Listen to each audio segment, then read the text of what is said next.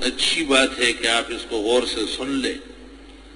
وَلَقَدْ آتَيْنَا لُقْمَانَ الْحِكْمَةَ، اللہ فرماتے میں نے حضرت لقمان کو عقل مندی دی تھی، سمجھ دی تھی، فہم دیا تھا، علم دیا تھا۔ یہ سب اطلاقات حکمت کے ہوئے ہیں۔ ایک جماعت علماء کی کہتے ہیں کہ لقمان پیغمبر تھے، لیکن بد المعالی جو ہمارے عقائد کا نظم ہے، بد المعالی، اس میں ہے وَذُو الْقَرْنَيْنِ لَمْ يُعْرَفْ نَبِيًّا كَذَا لُقْمَانُ فَاحْذَرْ عَنْ جِدَالِي، کہ ذوالقرنین اور لقمان پیغمبر نہیں ہے، اس میں بحث نہ کرو، خامخواہ رہنے دو اس کو۔ کہتے ہیں کہ حضرت لقمان بہت زیادہ سیاہ فام تھے، رنگ ڈنگ بہت کالا تھا اور عقل کا خزانہ تھا۔ لوگ ان کی عقلیات سن کر آ کے دیکھتے تھے تو حیران ہو جاتے، تو اپنا آقا اس کو کہتا تھا، کوئی عام سی بات کر لیتا تھا، جب وہ شروع ہو جاتے تھے تو لوگ گرویدہ ہو جاتے تھے۔ عقل اور حکمت بہت زیادہ ہے۔ اور یہ فتویٰ لکھتے تھے، مفتی تھے اپنے وقت کے۔ داؤد علیہ السلام جب تشریف لائے، وہی زمانہ ہے، تو فتویٰ چھوڑ دیا۔ کسی نے کہا کیوں؟ کہا پیغمبر آ گیا، وہی بیان کر رہے، اب فتووں کی ضرورت نہیں۔ آپ آمد تیمم برخاست، اور آقا نے اس کو ایک دفعہ کہا کہ کوئی اچھی سی چیز کھلاؤ۔ بازار چلا گیا، وہ بکرے کی زبان لے آیا، بہت صفائی ستھرائی کر کے خوبصورت روٹیاں بنا کے عمدہ مسالے میں چٹپٹا بنا کے بادشاہ کو پیش کیا آقا۔ اس نے آہا ہا، بڑا مزیدار سال ہے رے، اور بڑی اچھی چیز، کیا پکا کے لایا ہوگا؟ یہ بکرے کی زبان ہے۔ اچھا اچھا، ماشاء اللہ۔ چند دن جب گزرے تو آقا نے کہا کوئی بری سی چیز کھلاؤ جو بالکل بچ ذائقہ ہو۔ امتحان لے رہا تھا، یہ پھر گیا بازار اور بکرے کی زبان لایا، اور اس کا ایسے آگے پیچھے کر کے نیم پانی اور نیم آگ، ٹکو پکو جیسے پوڑ عورت کرتی، کچھ چاول ثابت نکلتے، کچھ پکے ہوئے ہوتے۔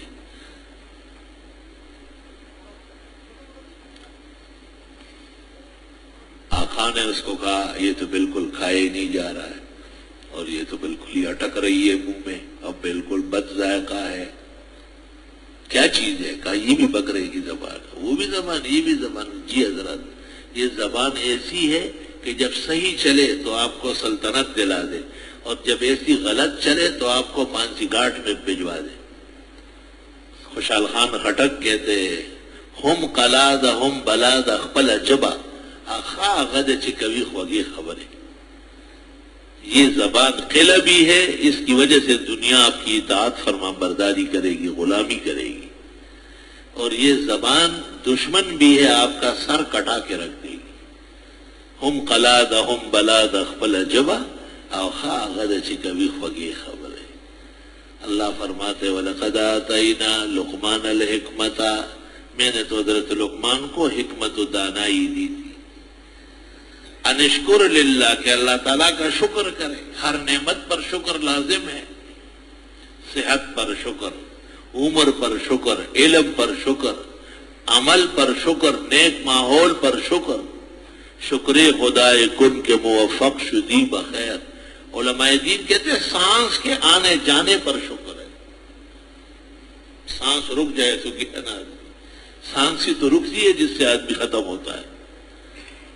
چو محبت شد اعتدال مزاج، نہ عزیمت اثر کند نہ علاج۔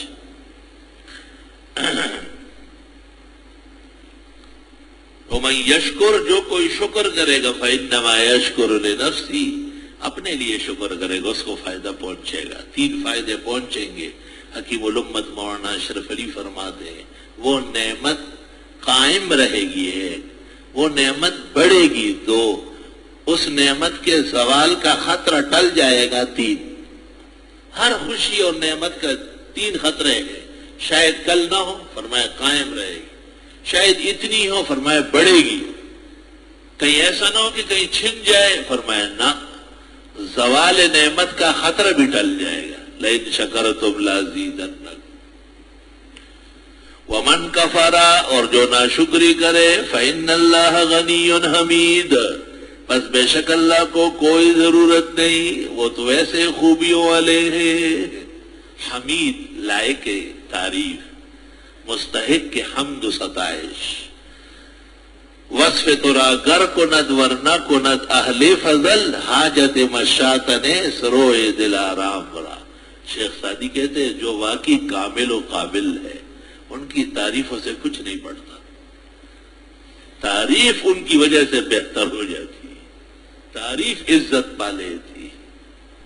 وَإِذْ قَالَ لُقْمَانُ لِابْنِهِ، لقمان نے ایک دن اپنے بیٹے کو نصیحت شروع کی. وَهُوَ يَعِظُهُ، اور وہ اس کو نصیحت کر رہے تھے. عام طور پر لوگوں کو نصیحت کرتے ہیں. ہم جمعے میں بیٹھے ہوئے ہیں، دوستوں اور بزرگوں، تعلیم و تربیت کا خیال رہے. لیکن محمد انور شاہ کا حق ہے کہ اس کو خطاب کیا جائے، ان کی بہنوں کا حق ہے. نہیں، مثال دے رہا ہوں. اپنی اولاد کو زیادہ حق ہے، ان کا ہم پر زیادہ حق ہے کہ وہ صحیح ہو. وہ پہیے ہے، وہ جان و جگر ہے، وہ جسم و زندگی کا حصہ ہے. اگر ان میں ذرا سا پیچ آ گیا تو مضبوط باپ کمزور ہو جائے. آئے ہائے، ایک بہت غیرتی انسان تھا اور بیٹا پھر اس جیسے نہیں تھا.